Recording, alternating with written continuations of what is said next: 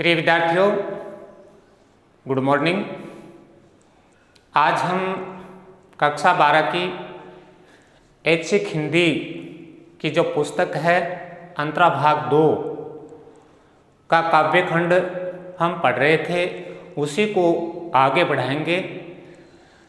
तो इस अंतरा भाग 2 का हम कल 5वां पाठ, जिसकी पहली कविता एक कम का पहला पद्यांश पढ़ चुके हैं और इस कविता की कुछ पंक्तियां शेष रह गई, या मैं ये कह सकता हूँ दूसरा पद्यांश जो शेष था, आज हम उसके बारे में पढ़ेंगे, चर्चा करेंगे, दी गई पंक्तियों का अर्थ भी करेंगे और कोई शब्द कठिन होगा तो उस पर भी हमारी चर्चा होगी। कल हम पढ़ रहे थे तो पद्यांश के अंतिम पंक्तियों में कवि ने कई विशेषणों का प्रयोग किया था। लाचार, अस्वस्थ और अंतिम जो दो विशेषण थे उन पर मैं आपका ध्यान फोकस करना चाहूँगा, क्योंकि उसी को जोड़कर हम इस पद्यांश को आगे बढ़ाएंगे। कवि ने अंतिम पंक्तियों में कहा था कि मैं कामचोर हूँ, धोखेबाज हूँ। कवि अपने आप को कामचोर क्यों मानता है? क्योंकि कवि है वो ईमानदार लोगों का, गरीब लोगों का और जो भीख मांग रहे हैं उनका साथ नहीं दे पाया। कवि अब ये महसूस करता है, यदि मैं प्रयास करता, यदि मैं उनका साथ देता तो हो सकता है वो जो वर्ग पेथित था, पीड़ित था या ईमानदार थे, उनमें सुधार हो सकता था और समाज में भी एक अलग पहचान बनने की कोशिश हो सकती थी। लेकिन मैं ऐसा नहीं कर पाया, इसलिए कवि अपने आप को कामचोर मानता है। दूसरा, धोखेबाज इसलिए कह रहा है कि मैं उन ईमानदारों के प्रति सब कुछ जानते हुए उनके जीवन के बारे में, उनके मूल्यों के बारे में, उनकी मेहनत के बारे में और उनका जो उच्च वर्ग है वो शोषण कर रहा था, और मैं ये सब कुछ जानते हुए सहन करता रहा, उनका साथ नहीं दिया। इसलिए कवि अपने आप को धोखेबाज भी मानता है। अब इसी बात को आगे बढ़ाते हुए कवि अपने आप को कामचोर और धोखेबाज मानते हुए आगे क्या कहता है? लेकिन पूरी तरह तुम्हारे संकोच, लज्जा, परेशानी या गुस्से पर आश्रित हूँ। अब कवि कहता है किसको? उन ईमानदारों को, उन गरीब लोगों को जो कवि के लिए एक तरीके से सहानुभूति के पात्र हैं, जिनके प्रति कवि की श्रद्धा भी है। लेकिन उसके बावजूद कवि क्या कहता है? लेकिन पूरी तरह मैं तुम्हारे संकोच, लज्जा, परेशानी या गुस्से पर आश्रित हूँ। अब कवि अपने आप को क्या कहता है कि मैं ये जानता हूँ, सब कुछ मैंने देखा भी, और जानते हुए भी मैं आपका साथ नहीं दिया, मैं मजबूर था या मैं संघर्ष नहीं कर पाया, इसीलिए मुझे अब आपके सामने आते हुए संकोच, शंका आती है, लज्जा, शर्म भी महसूस करता हूँ, मुझे मन में बड़ी पीड़ा भी होती है, और इसके साथ साथ ये सब कुछ होते हुए भी मैं सब कुछ सहन करने को तैयार हूँ, मुझे कोई इसमें कष्ट नहीं है, और इसके साथ आप जितना भी मेरे पर गुस्सा कर रहे हैं उसका भी मुझे खेद नहीं है। मैं इन सब बातों को जानते हुए आश्रित आप पर हूँ। आश्रित कहते हैं निर्भर होना। क्यों हूँ? कि मेरा जुड़ाव आप ईमानदारों के साथ है, आप जो भीख मांग रहे हैं उनके साथ है, और जो गरीब हैं उनके साथ है। मैं उनके साथ नहीं जाना चाहता जिन्होंने देश के साथ गद्दारी की, जिन्होंने देश के साथ छल किया, जिन्होंने देश के साथ कपट किया, भ्रष्टाचार किया, बेईमानी की, इसलिए मैं उनके साथ नहीं जाना चाहता।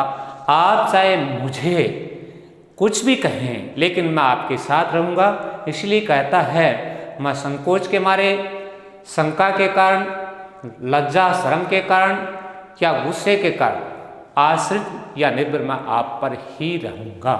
इन पहली पंक्ति से हम ये निष्कर्ष या भाव निकाल सकते हैं, कवि को अपने आप को अपराध का बोध हो रहा है, अपने मन में ठेस पहुंच रही है, इसलिए वो ऐसा कहता है। लेकिन फिर भी वो इस बात को कतई अस्वीकार नहीं करता कि ईमानदारों का और गरीबों का उसके प्रति चाहे कितना भी रोष हो, चाहे वो कितने भी उसे कुछ भी कहें, वो सब कुछ सहन करने के लिए तैयार है। फिर आगे कहता है, तुम्हारे सामने बिल्कुल नंगा, निर्लज और निराकांक्षी। तो नंगा शब्द है, बिल्कुल नंगा का यहाँ है आत्मसम्मान।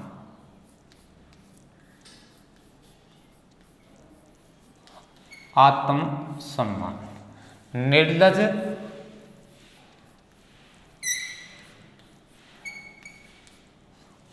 शर्म से रहित, मुझे कोई शर्म नहीं। निराकांक्षी,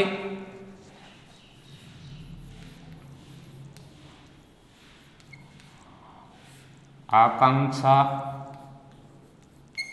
रहित, कोई आकांक्षा नहीं। अब कवि क्या कहता है कि इन सब बातों को मैं सहन करने को तैयार हूँ, और अपने स्वयं के बारे में यहाँ तक कह देता है कि अब मैं आपके सामने नंगा, एक तरीके से मैं अपना आत्मसम्मान भी नहीं बचा सका। दूसरा शब्द में आप इसमें ये भी ले सकते हैं, कभी ये कहना चाहता है कि मैं अब आपके सामने बेपर्दा हूँ, अर्थात मेरे और तुम्हारे बीच में अब कोई पर्दा नहीं है। मैं जैसा भी हूँ, जो कुछ भी हूँ, आपके सामने हूँ, निर्लज हूँ।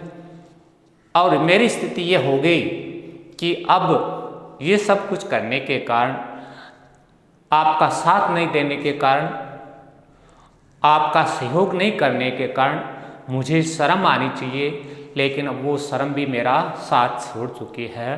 अर्थात मैं शर्म भी रहित हो गया, या शर्म है वो मेरा अब साथ नहीं है। निराकांक्षा, अब मेरे जीवन की कोई बड़ी इच्छाएं भी नहीं रही, बड़ी आकांक्षाएं नहीं रही, बड़ी आशाएं नहीं रही। इसके पीछे कारण क्या है? वही ईमानदार और गरीब या भीख मांगने वाले जो लोग हैं, उनके लिए कवि ऐसा कहता है। इसके बाद कहता है, मैंने अपने को हटा लिया हर होड़ से। होड़ का तो आप सभी जानते हैं, प्रतिस्पर्धा या एक तरीके से कंपटीशन, अंग्रेजी शब्द है। कवि कहता है किसको? उन ईमानदारों को, उन गरीबों को, कि मैं अब इस प्रतिस्पर्धा से अपने आप को हटा लेता हूँ, या आपकी इस भीड़ से मैं दूर कर लेता हूँ। फिर कहता है, मैं तुम्हारा विरोधी। विरोधी आप जानते हैं, विरोध करने वाले को कहते हैं। प्रतिद्वंदी, जो मुकाबला करता है। हिस्सादार, हिस्सा बटाने वाला। अब कवि क्या कहता है कि मैं न तो आपका विरोधी विरोध करने वाला हूँ, न मैं आपका मुकाबला करने वाला हूँ, न मैं आपके हिस्से को बांटने वाला हूँ। अर्थात आपका किसी भी प्रकार का जो कष्ट है, संकट है, उसमें मैं आपका विरोधी, प्रतिद्वंदी या हिस्सेदार नहीं हो सकता। लेकिन यहाँ सकारात्मक रूप से कवि इस बात को इसमें ये जोड़ देता है कि आपको जो कुछ भी प्राप्त हो रहा है, जो कुछ आप पाने की कोशिश करेंगे, आपको जो मिलेगा उसमें मैं आपका कहीं विरोध नहीं करूँगा, कहीं आपका मुकाबला नहीं करूँगा, और न ही आपके हिस्से को बटाने की कोशिश करूँगा। मुझे कुछ देकर या न देकर भी तुम कम से कम एक आदमी से निश्चित रह सकते हो। और ये कविता की सबसे मुख्य पंक्ति है, जिसमें कवि ये कहता है कि मुझे कोई चाह नहीं है, बस आपका भला हो। ईमानदार है वो आगे बढ़े, गरीब है उनको पोषण मिले। मुझे देकर या न देकर, मैं ये नहीं चाहता कि मुझे कुछ दिया जाए या न दिया जाए, कम से कम एक आदमी कवि अपने लिए कहता है कि इस भीड़ में, इन प्रतियोगियों की भीड़ में मैं अपने आप को आपके बीच न तो रुकावट बनूंगा, न आपका व्यवधान बनूंगा और न ही बाधा बनूंगा। आप कम से कम एक व्यक्ति को लेकर निश्चिंत रहे, और वो एक व्यक्ति कौन है? कवि अपने लिए कहता है कि आप इस बात को लेकर बेफिक्र रहें, निश्चिंत रहें, आशावान रहें कि कम से कम एक व्यक्ति आपके बीच में न तो रुकावट बनेगा, न वो व्यवधान पैदा करेगा और न ही उनके बीच में बाधा बनेगा। इस प्रकार कवि का जो विचार है, कवि की जो भावना है, वो पूर्ण रूप से उन ईमानदार लोगों के लिए, उन गरीबों के लिए समर्पण की भावना रखता है और सहानुभूति भी रखता है।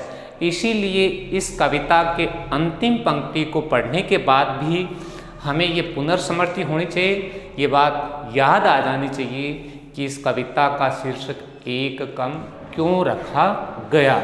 इसी कारण कि कवि ने अपने आप को इस वर्ग संघर्ष में, इन ईमानदारों के लिए अपने आप को कहीं रुकावट बनने की कोशिश नहीं की, न कहीं व्यवधान पैदा करने की और न ही कोई बाधा बनने की। इसलिए वो कहते हैं अंत में कि कम से कम एक व्यक्ति आपका कम होगा।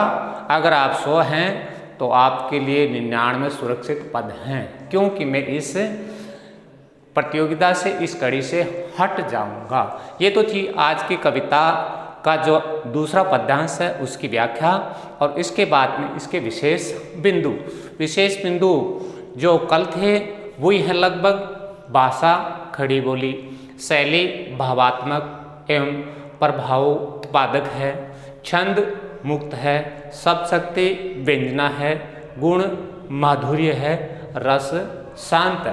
अलंकार की पंक्तियां जो निकलती हैं वो थोड़ा सा विशेष या शिल्प सौंदर्य में एक अलग बिंदु हो जाता है या अलग पंक्ति हो जाती है।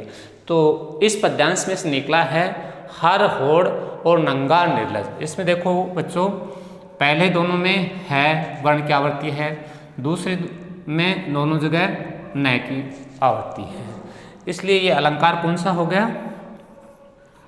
अनुप्रास। अनुप्रास अलंकार।